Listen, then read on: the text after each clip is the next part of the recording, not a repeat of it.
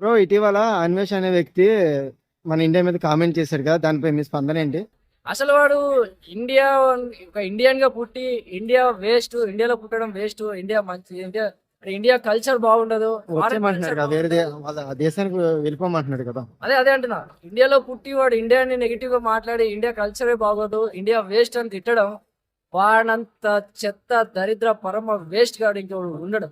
ఎందుకంటే ఒక భరతమాత బిడ్డగా ఒక భరత ఇండియాలో పుట్టి జై బోలో భారత్ మాతాకి జై అని ఒక జనగణమన పాట పాడి ఇవన్నీ చేసిన ఒక వ్యక్తి ఇలా ఇండియన్ ని దూషించడం, ఇండియా కల్చర్ ని దూషించడం అనేది చాలా తప్పు, ముమ్మాటికి తప్పు.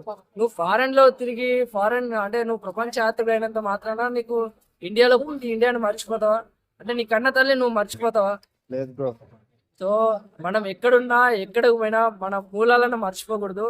మన కన్న తల్లిని ఎలా అయితే గుర్తు పెట్టుకుంటామో మన భరత మాత, మన మాతృభూమి, దీనిని మర్చిపోకూడదు. మర్చిపోయినోడు బతుకున్న వేస్ట్ నా ఉద్దేశం.